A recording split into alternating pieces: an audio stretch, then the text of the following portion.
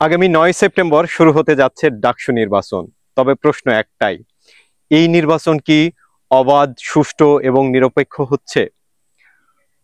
যখন ছাত্র সংসদ নির্বাচন দেওয়া হয় বা ডাকসু নির্বাচন অনুষ্ঠিত হয়, সকল দলের অংশগ্রহণ নিশ্চিত করতে হয় ঢাবি প্রশাসনকে।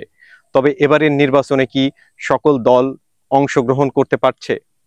তবে প্রশ্ন আমার একটাই, যে বাংলাদেশের সবচেয়ে সর্ববৃহৎ ছাত্র সংগঠন, এমনকি দক্ষিণ এশিয়ার সর্ববৃহৎ ছাত্র সংগঠন বাংলাদেশ ছাত্রলীগ কি এই নির্বাচনে অংশগ্রহণ করতে পারছে, নাকি ঢাবি প্রশাসন কারো পক্ষপাতিত্ব করছে? এখানে প্রশ্ন হতে পারে, যারা আসলে মুক্তিযুদ্ধকে বিশ্বাস করে না, যারা সেই পাকিস্তানকে এখনো বিশ্বাস করছে, ঢাবি প্রশাসন কি তাদের পক্ষপাতিত্ব করছেন? কিছুদিন আগে কিছুদিন আগে বাংলাদেশ ছাত্রদল সমর্থিত প্রার্থী, ভিপি প্রার্থী আবিদুল ইসলাম খান বলেছিলেন, যারা আসলে মুক্তিযুদ্ধকে বিশ্বাস করে না, যারা মুক্তিযোদ্ধাদেরকে অবমাননা করে, যারা বিশ্বাস করে না যে বাংলাদেশ নামে কোনো রাষ্ট্রের সৃষ্টি হয়েছে 1971 সালে যুদ্ধের মাধ্যমে, যারা এই অস্তিত্বকে বিসর্জন দিতে চায় বা বিলান করতে চায়, তো তাদের কি পক্ষপাতিত্ব করছে ঢাবি প্রশাসন? বাংলাদেশ ছাত্রলীগকে এই নির্বাচনে অংশগ্রহণ করার কোনো বিন্দুমাত্র সুযোগ দেওয়া হচ্ছে না। তবে ছাত্র শিবির প্যানেলের সাদিক কায়েম যিনি আছেন, তার জনপ্রিয়তা দেখা যাচ্ছে তুঙ্গে। কিন্তু এটা আসলে কিভাবে সম্ভব, যেখানে আসলে মূল লড়াইয়ের প্রতিযোগিতা হওয়ার কথা ছিল বাংলাদেশ ছাত্রলীগের প্যানেলের সাথে, কিন্তু এবার বাংলাদেশ ছাত্রলীগ এই নির্বাচনে অংশগ্রহণ করতে পারছে না। কোনো প্রার্থী হওয়া তো দূরের কথা, একবারে অংশগ্রহণ বা ভোট দেওয়ারও সুযোগ পাবে না।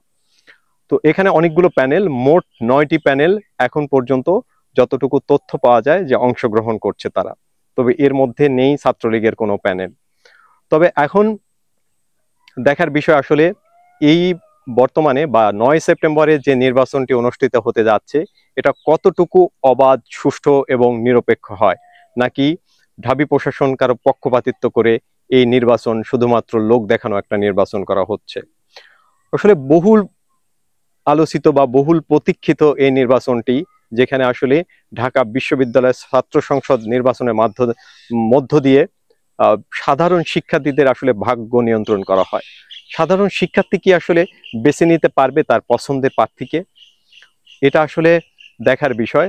এখন পর্যন্ত তুমুল লড়াইয়ের তুঙ্গে রয়েছেন বা প্রতিদ্বন্দ্বিতার তুঙ্গে রয়েছেন ভিপি প্রার্থী বাংলাদেশ ছাত্র শিবির সমর্থিত সাদিক কায়েম আর আবিদুর ইসলাম খান, যিনি ছাত্রদল সমর্থিত প্রার্থী। তবে এখানে ঢাবি প্রশাসন নিরপেক্ষতার পরিচয় দিতে পারত যদি প্রত্যেকটা দলের অংশগ্রহণ নিশ্চিত করতে পারত। এখানে লোক দেখানো একটা বর্তমান প্রশাসন বা উপদেষ্টা পরিষদ যে লোক দেখানো বাংলাদেশ ছাত্রলীগকে আসলে নিষিদ্ধকরণের যে অভিনয় শুরু করেছে, এই অভিনয়ের মাধ্যমে আসলে এটা প্রকাশ পায়। তো এটা আসলে দেখার বিষয় যে আগামী 9 সেপ্টেম্বর কি হতে যাচ্ছে, বা এই নির্বাচনের মাধ্যমে যে ঢাবি প্রশাসন তাদের যে প্রেক্ষাপট বা বিগত দিনের যে ভিপি নির্বাচনের বা ছাত্র সংসদ নির্বাচনের যে মূল ধারাটা, এটা অব্যাহত থাকতে পারে কিনা।